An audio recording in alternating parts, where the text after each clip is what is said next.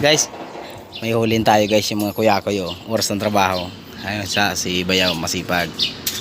Trabaho na. Pero yung dalawa, oh. Tingnan natin na, ayun.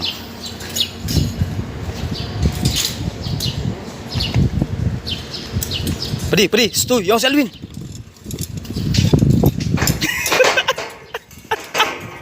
Ganyan talaga pag may bantayan, oh.